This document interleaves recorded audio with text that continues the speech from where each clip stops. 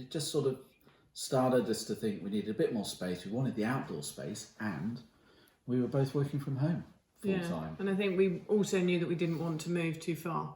So we love this area, love the village, and wanted to stay local. Want Finn to stay in the local primary school. Don't want to move him again because he just moved back from the States. So there's kind of a few requirements. So basically, having come back from the States, and I think, it was lovely coming back to our old house, but we soon realised the boys are a lot bigger than when we left. So a lot more, we just didn't have the space that we remembered and we got used to having in America.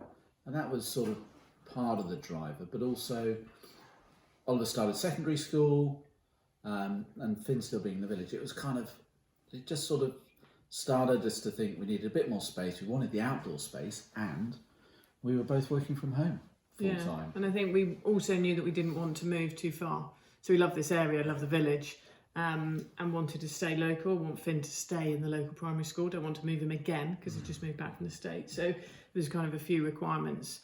What would your approach have been? How would you have selected which agency you would have called? I think, in all honesty, if we hadn't used BestAgent to sort of help us identify who was in the market, I think we would have probably just gone with who we'd bought from, who also happened to be who we'd sold with before we moved here 10 or so years ago. Well, no, more than that, 11 or so years ago.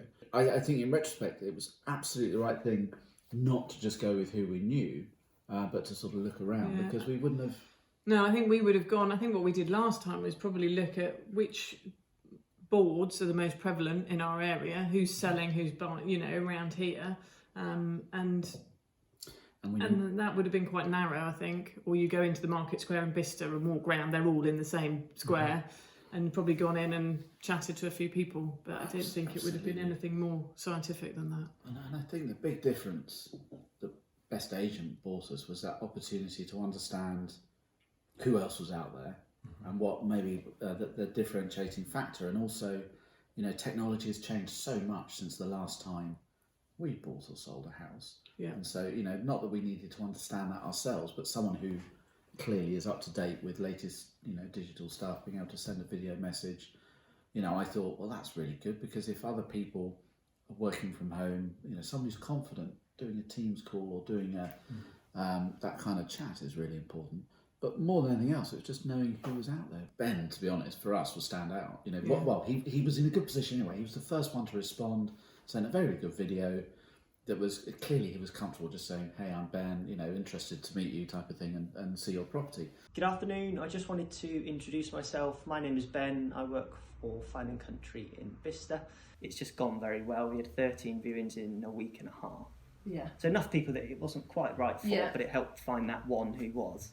And it actually was quite exciting to get the opportunity of introducing me as a person, then the company, or a success story of the area we know so well. From a seller's point of view, I would love to meet that person virtually before maybe considering them to go and value the house. I quite like that. It became not about the brand, but about him, to be honest. And he was very good. He's also been helping us, now we've sold the property, he's helping us to find the next place as well, because he's keen to make sure this chain stays together. So he's been very proactive, I suppose that's the word. I don't think we could ever expected. I mean, we knew the market was quite hot, people were buying, and things were going quickly. But I think our experience of this close particularly is that things can take 6 months to sell. So we were putting things on, we were sort of, right, we'll go on holiday, it's all tidy, let's go away and see what happens. But with no expectation that it would move that quickly. And the time frame was, I think it was a Friday we went live, but he already had people lined up. When I first met Chris, because Cass was sort of on the phone or working, it was always the opportunity of just trying to find them something. It was the bigger picture or the next move, whereas I think sometimes agents just think, value the house, get it on the market, and I won't look after them as much. And I hope finding their property before it goes live speaks more volumes than actually just selling their house quite quickly. So this is the whole point of the BestAgent concept, right? We didn't know who you would end up with.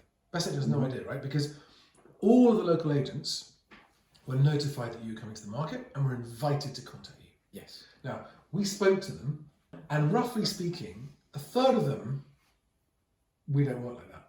we're not interested. Yeah. Okay. Didn't need an introduction.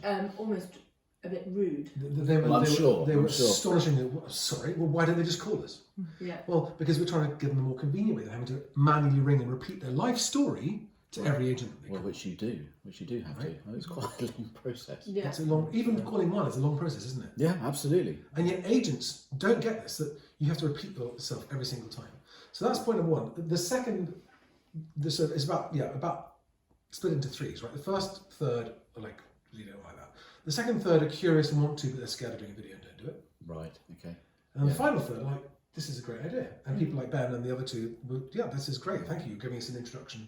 Because we don't charge the agent until they're instructed. So it's only on instruction. Right. Got you. Whereas what you may not know is that agents are used to paying quite high fees just for an introduction, even if they don't get the business. So this is actually good for agents as well. So what we're trying to do is a bit like Tinder. Yeah. We want both sides to be happy. The whole point is for Chris and Kath to have known that it's gone to all 20, and then the ones that go, sorry, that's not a postcode, sorry, that's not a price range, you start to whittle it down, but without them having to do it. Yeah, the legwork's being done Yeah. by you guys and Yeah. behind the scenes. This is, in my opinion, the best it can all go. Yeah. You introduced yourself to us, we were on board, said yes, vendors were delightful, Yeah. and everything's just gone so Yeah. smooth. This is the point I want to get across, is that there is usually someone like that in most areas, but it's very hard to find them because you never know where they're working. Yeah. No. They could be working anywhere. They could be working in a large corporate, small independent, they might be a one-man band. But you find that person who's invested in the process, knows the buyers, and really makes you feel like they want this and they're working for it. Yeah. But finding that person is the problem and the challenge. That's hopefully we're going to try and help. Absolutely, and I think he really sort of changed our perspective of what to expect. I think in terms of the sort of level of input he was bringing, and the level of detail he was sort of prepared to go into, not just in help us search, but also in this house as well. Well, interestingly enough, I think when a few people came around and valued it, didn't they? But he didn't give the highest valuation on the house. And so it's very easy to think, we'll go with the people who value the house the highest, etc. But actually, we then had more dialogue about why he thought that and what he was concerned about and all of these different things. And I think that was really important as well. But in the end, we still went with him because of the relationship we had with him. And we talked about how to market the house, etc. So I think it was just important to not think, right, okay, well, that guy said it's worth this, so we'll go with them. Well, thank you for trying BestAgent. Oh, well, it's been a real pleasure. Thrilled it's worked out so well. Yeah. Really am thrilled because I've been studying this so long and I know that this is the secret. And if everyone thought like this and took this much care in choosing, but you just said it was the relationship that you developed, which is why you went with him. Yeah. And this is the point I want to get everyone to understand. Brands don't sell properties. People sell properties. And the best individual for a particular seller isn't always the same. Right? Your neighbours next door might have a different relationship with Ben and might actually get a better relationship with a different kind of agent. So you never know. And it depends on whether it's kids and grandkids or what the circumstances are, what the financial situation is. It's unique. There's no such thing as the best agent in a town or a village for everyone. It just doesn't make sense. Yeah. It's the best for your circumstances. And it worked well for us. I think, we're used to, just for example, making quick decisions, dealing with technology, lots of information flying at you. Working with Ben, he seemed to work in a very similar way. He was able to quickly answer questions. That's good. We had a WhatsApp chat going on and that type of stuff. Just made it so easy.